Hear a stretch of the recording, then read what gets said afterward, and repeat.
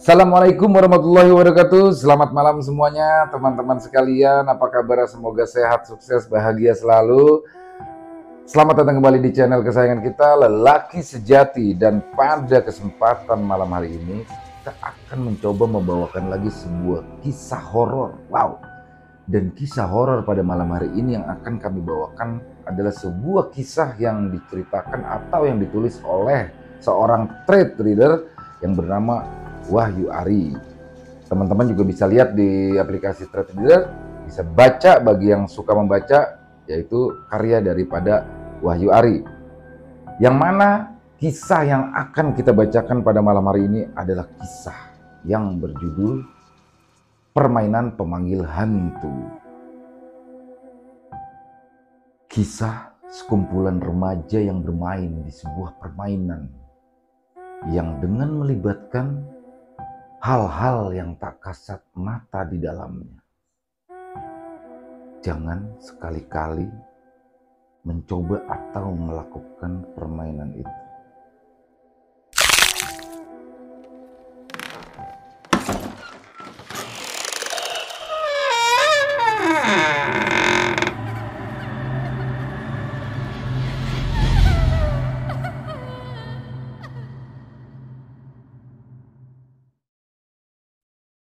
Jakarta 2019, minggu pertama di bulan November. Bagi sebagian orang, Jakarta adalah salah satu kota impian dengan berbagai kemajuan teknologi di dalamnya. Tapi bagiku, Jakarta tak lebih adalah kota yang rumit, pengap, ditambah kemacetannya yang kian hari kian mengular yang tak jarang membuatku terlambat tiba di sekolah. Gata! Kamu terlambat lagi. Gak bosen-bosen ya kamu dihukum tiap minggu karena terlambat? Seru Pak Toto, salah seorang guru yang kerap menghukumku karena terlambat. Maaf Pak, macet di jalan Pak, jawabku. Jakarta dari zaman kamu belum lahir ya udah macet, Gata. Semua orang juga tahu kalau Jakarta macet. Tapi banyak temanmu yang gak hobi terlambat seperti kamu. Seru Pak Toto yang kesal karena melihatku sering terlambat. Push up kamu 50 kali, suruhnya. Gila, belum juga aku sarapan malah dikasih sarapan push up. Lemes-lemes dah badan gerutuku saat itu. Hari itu adalah hari yang sangat menyebalkan bagiku. Sudah dihukum karena terlambat, ditambah uang sakuku yang tertinggal di meja ruang tamu. Apes apa ini hidupku, batinku kesal. Seharian di kelas hanya kuhabiskan bermalas-malasan karena tak ada tenaga, hingga akhirnya bel kelas berbunyi, pertanda pelajaran hari ini sudah selesai aku lalui. Lelah, kantuk, lapar, sedari tadi menghantui sekujur badan dan kedua mataku ini. Rasa-rasanya ingin lekas kembali ke rumah lalu menyantap lezatnya makanan ibuku tercinta. Panas terik siang siap menyambut kedatanganku di luar kelas sana. Tapi belum juga genap 10 langkahku dari pintu kelas, aku melihat seseorang melambaikan tangan sambil memanggilku dari depan salah satu kelas yang agak jauh dari kelasku. Tak. Ternyata temanku Anton yang memanggilku. Ia tampak berlari menghampiriku. Tak, mau kemana? Ayo ke lapangan, udah ditunggu sama yang lain. Hah? Ngapain? Ya lupa. Kalau hari ini jadwal rapat rutin kita, pungkasnya. Ya ampun, iya ya hampir aku lupa. Padahal aku udah hampir mau balik ke rumah. Jawabku sedikit nyengir dan menahan lapar di perutku.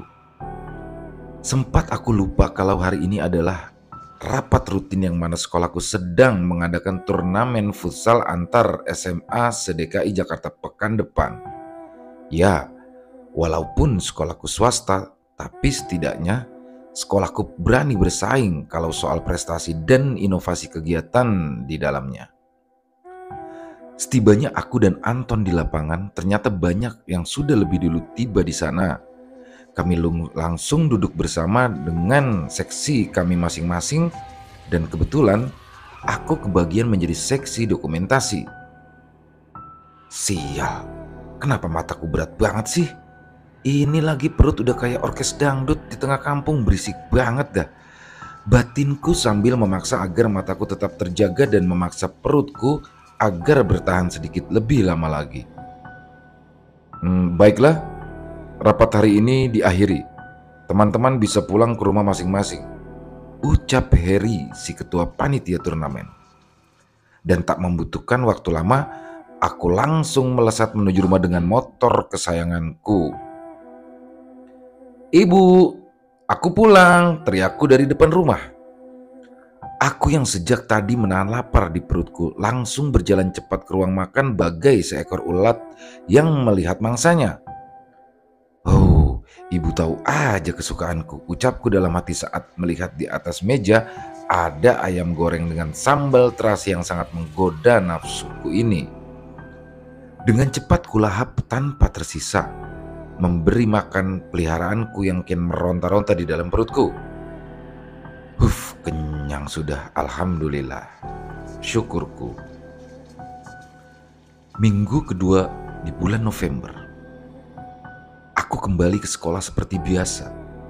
Kali ini aku berangkat lebih awal karena tidak mau kedatanganku disambut lagi oleh Pak Toto di gerbang kampus.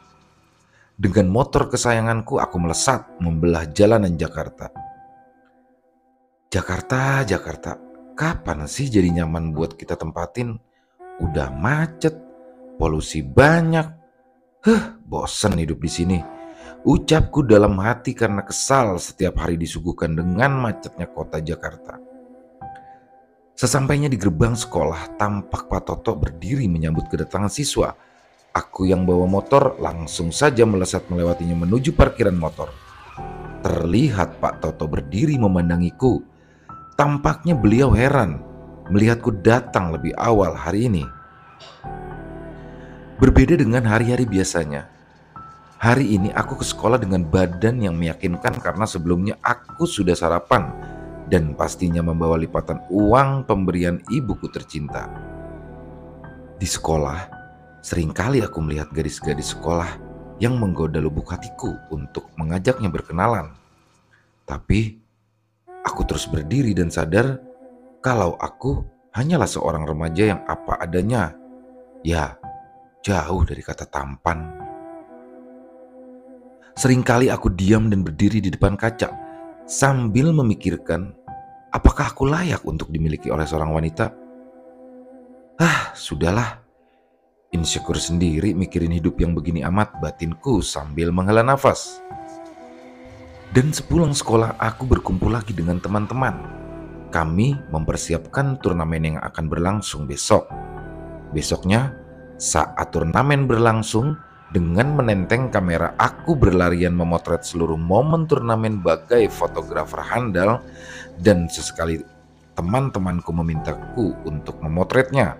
Maklumlah, jiwa-jiwa anak muda yang mudah tergoda melihat kamera. Singkat cerita, selepas turnamen kami semua evaluasi dan bersih-bersih lapangan dan sisa-sisa turnamen di sekolah karena esok hari akan dipakai untuk kegiatan belajar mengajar lagi. Maghrib pun hampir tiba. Satu persatu dari kami pamit pulang ke rumah sedangkan aku dengan temanku yang lain berjumlah 10 orang, laki-laki semua, bertahan di musola sekolah. Ada aku, Cupang, Black, Kecap, Gilang, Anton, Rama, Adit, Budi, dan Holis. Selepas maghrib, kami semua santai melepas penat pasca kegiatan seharian. Kami pun mengobrol ngalor ngidul sesuka kami. Biasalah, laki-laki kalau kumpul pasti yang dibahas gak jauh-jauh deh dari perempuan. Tapi hingga tiba-tiba Cupang memecah suasana asik kami menjadi tegang seketika tatkala ia mengajak kami bermain sebuah permainan yang menurut kami semua aneh dan bahkan tidak kami mengerti maksud dan tujuannya. "Kita main setan-setanan yuk," ajaknya. "Hah? Maksud lo apaan dah, Pang?" jawab Gilang. "Ya setan-setanan, kita panggil setan beneran buat kita tanya-tanyain," jawabnya. Jangan ngadi-ngadi deh lu, Pang. Gua tahu lu paham begituan tapi jangan aneh. Black pun ikut menyautnya. Emang caranya gimana, Pang? Lu jamin aman gak nih? Tanyaku yang malah penasaran dengan ajakannya. Ya elah, lu semua kayak gak ngerti gua aja. Udah tenang aja, serahin deh sama gua. Selama ada gua, semuanya aman dah, gua jamin. Ujar Cupang dengan nada santainya. Singkat cerita, kami bersepuluh pun menuruti ajakan Cupang dengan dasar rasa penasaran kami yang dibuatnya. Walaupun beberapa di antara kami mengaku takut, tapi akhirnya mau juga karena bujukan yang lainnya. Ya udah, ayo keluar, ajak Holis. Udah, di sini aja bisa kok, jawab Cupang. Serius lu? Di dalam musola gini? Tanya Holis dengan nada penekanan. Ya serius lah. Udah sini kalian duduk melingkari gua. Deketan ya, jangan jauh-jauhan, ujar Cupang. Kami pun yang penasaran menurut saja sesuai dengan arahan Cupang. Lampu musola pun sengaja dimatikan. Jadi yang tersisa hanyalah cahaya lampu dari arah luar. Remang-remang, tiupan angin malam dan kendaraan yang terkadang lalu lalang menemani kami. Perlahan Cupang mempersiapkan dirinya. Di tengah-tengah kami semua, Cupang pun duduk bersila dan terlihat mulai merapalkan sebuah ucapan yang sepertinya itu adalah mantra pemanggil setannya. Mulutnya terus berkomat kamit, dibarengi gerakan tangannya perlahan tapi pasti. Mataku tak lepas dari gerakan tangan dan mulutnya. Wah, kayaknya beneran nih Cupang. Kirain gue cuma bercanda doang, batinku saat itu. Suasana pun semakin tegang dibuatnya. Angin malam semakin lama semakin terasa hingga masuk melalui pori-pori kulit, menambah ketegangan di dalam diri kami masing-masing. Dan terjadilah. Cupang mulai memperlihatkan perbedaan di dirinya. Geraman keluar dari mulut Cupang. Semakin lama semakin jelas. Tak seorang pun dari kami berani mendekatinya karena Cupang tak memberikan arahan pada kami harus apa setelah ini. Bodohnya kami pun tak menanyakan ini semua tadi. Rasa takut sejak awal Cupang komat kami pun menjadi-jadi sekarang. Keringat mulai bercucuran tatkala Cupang semakin menggeram dan memperlihatkan perbedaannya. Aku lirik. Semua wajah teman-temanku tak ada yang berwajah tak tegang malam itu. Hingga suatu saat aku melihat Kecap memberanikan diri mendekati Cupang.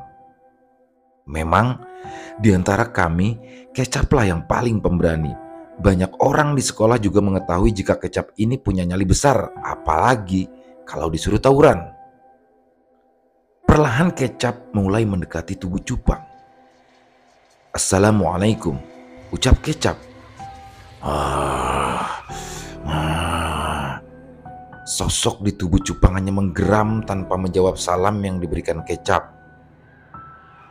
Assalamualaikum, ucap salam Kecap lagi. Masih tak ada jawaban, tapi suasana menjadi tambah menakutkan saat Cupang memutar kepalanya ke arah Kecap. Matanya melotot tajam dengan nafas yang mendengus. Di situasi ini, kami semua takut melihat raut muka Cupang yang sangat menakutkan, dan rasa-rasanya yang ingin aku lakukan hanyalah lari, meninggalkan semua teman-temanku di sini. Tapi bagaimana jika dia mengejarku? Dan bagaimana jika ada dengan teman-temanku nanti? Batinku bingung. Dengan matanya yang melotot tajam, sosok di tubuh Cupang terus menatap Kecap dan berpindah menatap kami satu persatu. Assalamualaikum, Anda siapa? Kecap memberanikan diri bertanya kembali. Aku pemimpin di sini. Aku yang berkuasa di sini. Kalian jangan berani-beraninya menginjak-injak daerah kekuasaanku, ucap Cupang dengan suara beratnya jauh berbeda dengan Cupang di sehariannya. Kami tidak ingin mengganggu bangsa kalian. Kami hanya ingin mengetahui keberadaanmu di sini, tanya Kecap lagi. Berani sekali si Kecap ini. Apa iya ia sudah pernah menemui hal semacam ini? Tanyaku dalam hati karena heran melihat kecap yang nampaknya sudah terbiasa menghadapi hal seperti ini. Anda sudah berapa lama di sini? Tambah si kecap. Kalian tidak perlu tahu. Sudah berapa lama aku tinggal di sini? Hahaha. Jawab sosok yang ada di tubuh cupang dengan suara berat dan sedikit tertawa menakutkan. Aku sudah lama di sini. Semuanya yang tinggal di sini tunduk kepadaku, imbuhnya. Kalau boleh tahu, Anda sudah pernah melakukan apa saja di sekolah sini? Soalnya beberapa orang yang pernah meninggal misterius di sini. Apakah ada kaitannya dengan Anda? Tanya kecap. Tak hanya aku, yang lain juga heran melihat kecap yang seperti sudah biasa, tapi tak seorang pun dari kami tahu menahu soal kecap dan kaitannya dengan hal goib. Cap, lu jangan main-main terus dah. Ini gue takut ini, ucap Gilang dengan suara pelan di belakang. Kecap pun hanya menjawab dengan gerakan tangannya yang menandakan, sudah, tenang aja. Mereka yang mati di sini, mereka adalah tumbalku, jawab sosok di tubuh cupang dengan nada sedikit keras. Cupang pun mulai memperlihatkan perubahan lagi. Sosok yang ada di tubuh cupang seperti akan berontak. Sudah, kami sudah cukup. Anda sudah boleh keluar dari sini, ucap kecap. Agak lama kecap memaksa hingga akhirnya sosok tersebut keluar dari tubuh cupang dan ditandai dengan teriakan yang keluar dari mulut cupang. Nafas cupang terdengar terengah hingga ke telingaku. Pang, ini elu kan? Tanya Rama. Iya, ini gua, jawab si cupang. Tadi siapa, Pang? Setahu gua, dia yang megang daerah sekolah kita. Gila, gede banget bentuknya, ujarnya. Kalian tahu Slenderman? Badannya sangat tinggi, kurus. Matanya memancarkan warna merah. Tuh, sekarang dia di situ. Tambah si cupang sambil menunjuk pohon nangka yang tumbuh di pekarangan sekolah. Badan lu gimana sekarang, Pang? Tanyaku. Aman kok. Lanjut lagi yuk. Kayaknya bakalan tambah seru nih jawabnya. Gila nih anak. Temen-temen pada ketakutan. Dianya santai-santai doang. Cap, lu kelihatannya gak asing deh sama ginian. Sebenarnya paham kan lu soal ginian? Tanyaku yang sejak tadi heran melihat kecap. Gua pernah diajarin sama kakek gua dulu, jawab si kecap sambil sedikit tertawa. Oh, pantesan, seru yang lainnya. Dengan dasar tadi semuanya aman, aku dengan yang lain tidak menolak ajakan cupang untuk melanjutkan permainannya lagi. Cap, gue pengen dong yang gantian nanyain, ucap Adit yang tiba-tiba ingin berada di posisi kecap. Serius lu, Dit? Tanya kecap. Iya serius, tapi jagain gue di belakang ya, pinta Adit. Lalu posisi kecap pun sekarang digantikan Adit. Lalu kecap kembali ke lingkaran kami dan duduk tepat di belakang Adit. Katanya untuk berjaga-jaga. Cupang pun terlihat mulai merapalkan mantranya lagi. Dan tangannya mulai digerakkan bagai seorang penari yang sedang pentas. Angin yang sejak tadi kami rasakan kini berubah menjadi sangat panas dan pengap. Keringat bagaikan biji jagung terasa keluar membasahi dahiku. Saat kulihat yang lain pun ternyata sama. Kami bagai mandi keringat di malam hari ini. Entah siapa lagi yang akan diundang cupang kali ini. Kami yang duduk melingkar hanya bisa menunggu reaksi cupang. Rasa takut dan penasaran bercampur menjadi satu di dalam hatiku. Jantungku pun tiba-tiba berdetak kencang. Darahku seperti mengalir semuanya hingga ke ubun-ubun. Suasana yang tiba-tiba tenang, tiba-tiba saja memuncak tegang seketika karena suara yang keluar dari mulut cupang. Suara tawa keras melengking keluar dari mulut cupang. Aku tak asing dengan suara ini, tapi semakin kudengarkan semakin telingaku sakit. Kami yang mendengarnya berusaha menutup telinga kami rapat-rapat. Diamin, Celetuk Black yang tak tahan mendengar tawanya. Perlahan, sosok di tubuh Cupang pun diam. Cupang yang biasanya tampil sok cool tiba-tiba berubah layaknya seorang perempuan yang asik membelai-belai rambut panjangnya. Ah, kuntilanak nih. Kuntilanak, bisik si Holis. Udah, diem aja, ancam si Gilang. Kuntilanak yang ada di tubuh Cupang sesekali lagi tertawa, namun dengan nada yang lebih pelan dan lebih bersahabat di telinga kami. Bulu kuduku berdiri tegak, bagai seorang prajurit yang sedang berbaris tatkala mendengar suara tawanya. Permisi, siapa ini? Adit mulai membuka pertanyaannya. Ih, sosok tersebut kembali tertawa yang suaranya menusuk hingga gendang telinga kami. Suaranya centil, tapi ngeri juga jika didengar. Anda siapa? Jawab pertanyaanku. Di mana tinggalmu? Tanya Adit lagi. Dan lagi-lagi ia hanya menjawab dengan tawa. Tapi tak lama kemudian, di sana, suara perempuan keluar dari mulut Cupang sambil menunjuk arah kamar mandi lantai 1 di sekolahku. Anda sering iseng ya di sini? Tanya Adit lagi karena dia ingat pernah ada siswa yang ketakutan karenanya katanya melihat kuntilanak di sekolah. Ya, aku sering menakut-nakuti siapapun yang ada di sini. Jawab sosok tersebut di tubuh Cupang sambil membelai-belai rambut Cupang yang pendek itu. Udah Dit, suruh keluar aja dah. Sakit ini telinga gua, celetuk Black yang tak tahan mendengar suara tawanya. Bagi orang banyak, tawa adalah harapan yang disemogakan, tapi jangan sekali-kali memiliki harapan untuk melihat dan mendengar tawa dari sosok kuntilanak. Bukannya bahagia, malah lari terbirit-birit. Pikirku setelah mendengar tawa kuntilanak. Dengan sedikit gerakan yang aku sendiri tak tahu, kuntilanak tersebut keluar dari tubuh Cupang. Air, air, pinta Cupang. Diberilah Cupang air dan diminumnya. Gila lu Pang, lu kayak abis lari keliling sekolah aja banyak banget minum lu, ucap si Anton yang sejak tadi tak banyak bicara. Setelahnya Cupang mengajak kembali bermain. Sekali lagi timbul keraguan di hati kami antara mengiyakan atau menyudahinya saja. Karena malam semakin larut dan pasti akan lebih menyeramkan jika dilanjutkan. Ayolah, aku ingin memanggil sosok makhluk yang ketemui dulu saat kita wisata ke Jogja. Dan sekarang ikut ke sini, ujar si Cupang. Hah?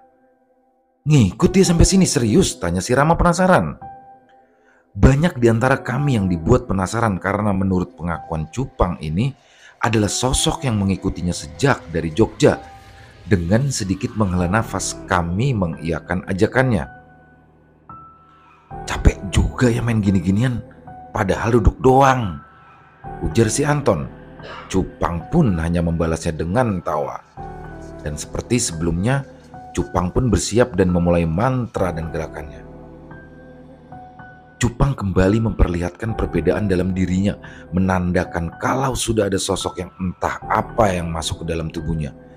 Berbeda dari sebelumnya yang menakutkan, kini aku dan kami semua dibuat melongo melihat Cupang. Cupang pun terlihat bijaksana duduk tegap dengan bersila. Sepertinya yang merasuki Cupang kali ini dulunya adalah bukan orang biasa, mungkin saja keturunan ningrat. Assalamualaikum, ucap Adit. Anda siapa? Imbuh Adit. Waalaikumsalam le. Aku iki asale teko Jogja, ujar Cupang berbicara dengan bahasa Jawa dengan suara parau dan tubuh tegap. Bisa dinilai kalau yang merasuki Cupang adalah orang tua dan ia sangat berwibawa. Untungnya si Adit paham dengan bahasa Jawa karena banyak saudaranya yang dari Jawa. Mbah kenapa bisa sampai di sini? Putuku iki nalika nang Jogja diancam bahaya. Aku nulungi lan ngeterke putuku iki tekan kene lan tekan saiki, jawab sosok yang ada di tubuh Cupang. Mbah, Usia Mbah berapa? Tanya si Adit. Aku urip wis suwe lele. Sadurunge londo-londo kaya mecah belah keraton, aku wis urip nang donya kini. Sosok tersebut menerangkan yang membuat kami kaget. Rasa penasaranku memuncak tatkala mengetahui makhluk yang memasuki cupang adalah orang yang hidup di zaman kolonial dulu. Sekedar informasi, kalau di kelas aku memang sangat tertarik dengan mata pelajaran sejarah. Entah mengapa, aku sangat tertarik jika ada guruku sedang mengulas tentang sejarah, terlebih sejarah di negeri ini. Dengan dasar itulah aku memberanikan bertanya pada sosok yang memasuki cupang. Mbah, maaf Mbah, kalau memang Mbah hidup di zaman kolonial dan keraton dulu, apakah Mbah mengenal Sultan Agung? Tanyaku tentang seorang raja terbesar dari kerajaan Mataram. Kenapa le? Aku kenal. Biyen aku pernah perang bareng Sultan nalikon Belanda nyerang kerajaan. Tandas orang tua yang berada di dalam tubuh cupang. Apa artinya, Dit? Tanyaku karena tak paham artinya. Saat Adit menjawab, kami pun dibuat melongo dengan jawabannya. Aku tak menyangka akan bertemu dengan salah seorang pejuang yang hidup beratus-ratus tahun yang lalu. Opo ono? Seng meh ditakon ke meneleh? Apa ada yang mau ditanyakan lagi nak? Tanyanya dengan nada bijak bak seorang bangsawan. Sudah cukup Mbah, jawab Adit. Ya wes, aku pamit yo. Tumindako Kang Becik marang podo manungsane, insyaallah kowe kabeh uga entuk balesan Kang Becik. Ya sudah, saya pamit. Bertindaklah yang baik sesama manusia, insyaallah kalian semua juga akan mendapat balasan yang baik. Nasihatnya pada kami semua. Mbah pamit. Assalamualaikum, ucapnya menutup kesunyian malam ini. Waalaikumsalam Mbah, jawab kami semuanya. Cupang pun sadar dengan keadaan lemas, nafasnya tersengal-sengal akibat energinya yang terkuras akibat dari sejak tadi. Badannya dijadikan sebagai wadah untuk bangsa-bangsa mereka yang tidak kasat mata. Setelah dari sini pun kami pulang dengan rasa takut yang masih tersisa. Sejak kami semua berteman, baru kali ini cupang mengajak kami melakukan hal-hal seperti tadi. Berminggu-minggu kemudian kami sempat melakukannya lagi. Seperti biasa cupang sebagai mediatornya. Banyak sekali makhluk yang silih berganti masuk ke tubuhnya hanya untuk kami tanya-tanya. Karena saat itu kami duduk di bangku kelas 12, tak lama kami semua akan lulus sehingga membuat kami jarang lagi berkumpul dan tidak pernah melakukan permainan itu lagi. Hal-hal goib memang nyata adanya dan hidup berdampingan dengan kita manusia. Sudah menjadi kewajiban kita sebagai manusia yang menjadi makhluk sempurna ciptaan Sang Pencipta, saling menjaga tempat di mana kita tinggal. Karena sejatinya yang tinggal di sini tidak hanya manusia, tapi banyak lagi ciptaannya. Ya, itulah tadi teman-teman, sudah kita dengarkan cerita kisah horor yang berjudul Permainan Pemanggil Hantu. Kesimpulan atau pesan dan kesan yang kita akan sampaikan pada kesempatan kali ini adalah bahwa jangan coba-coba ya. Jangan coba-coba bermain apalagi dilakukan oleh anak-anak yang belum sepantasnya. Karena akan bisa menimbulkan efek yang berbahaya bagi si pelaku permainan tersebut. Dan sekali lagi kami berpesan bahwasanya ini hanyalah sebuah cerita, hanya sebuah hiburan. Semoga teman-teman bisa terhibur. Ambil yang baiknya dan buang yang buruknya. Salam dari kami Lelaki Sejati. Jangan lupa like, comment, and subscribe. Sampai jumpa di konten-konten kami selanjutnya. Masih bersama Lelaki Sejati.